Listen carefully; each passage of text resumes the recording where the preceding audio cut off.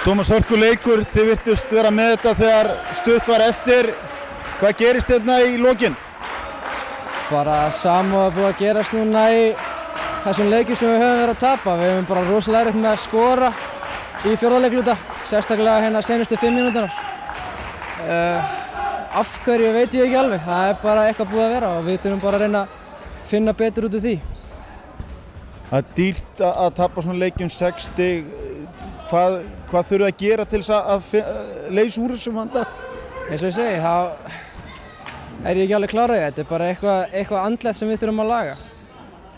Ekkert eitthvað að fara betur við kerfinu eða neitt þannig. Við þurfum bara að stilla hausinn betur þegar leikurinn er á línunni. Þetta er allt annað leikur, náttúrulega seinustu 4 mínútur á leiknum er allt annað leikur heldur en hitt og við þurfum bara að reyna að venjast í.